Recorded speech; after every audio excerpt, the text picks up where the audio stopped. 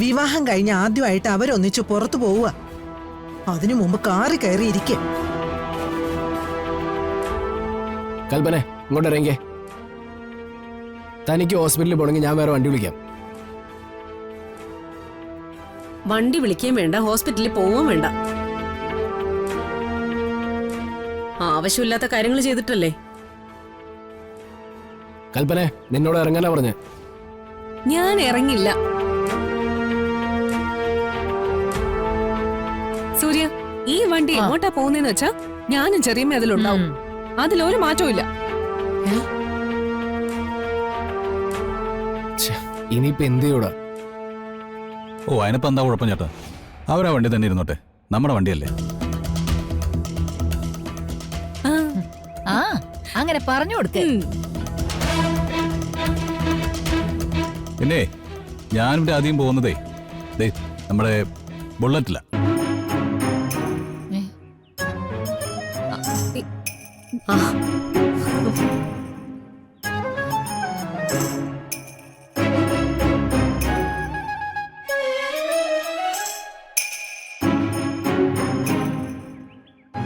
അത് ഞങ്ങൾ ആദ്യമേ തീരുമാനിച്ചതാ.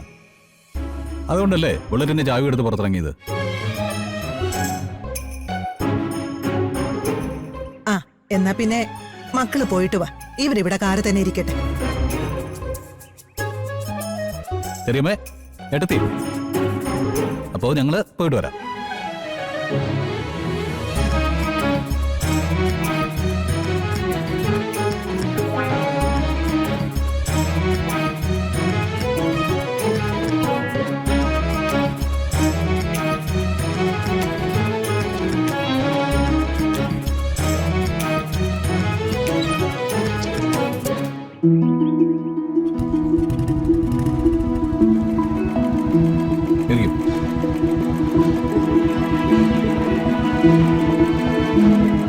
കെട്ടിപ്പിടിച്ചോ.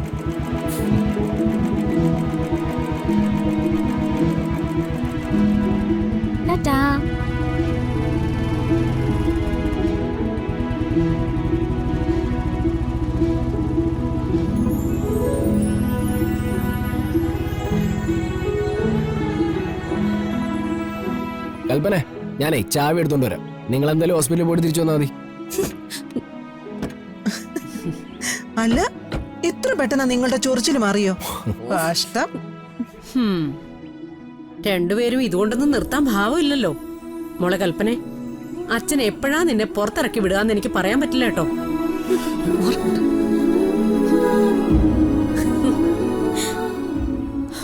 അല്ല പത്മിനി, ഞാൻ ആലോചിക്കുന്നത് എന്താന്നറിയോ?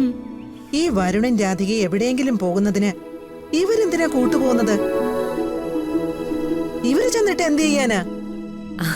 അല്ല, എന്തെങ്കിലും അലമ്പുണ്ടാക്കല്ലോ അമ്മേ. നാട്ടുകാരുടെ മുമ്പിലാവുമ്പോ ഒന്നും കൂടി സുഖമല്ലേ. എന്തായാലും വരുണിന്റെ തീരുമാനം കലക്കി. അവനത് നേരത്തെ മനസ്സിലായിട്ടുണ്ടെന്നാ തോന്നുന്നത്. ഉണ്ടോ? അവനത് മനസ്സിലാക്കിയിട്ടുണ്ടെങ്കിലേ ചാരപ്രവൃത്തി നടത്തിയത് ഈ മുത്തശ്ശി തന്നെ ആയിരിക്കും. ഒന്ന് പോടാ അവിടെ. വാ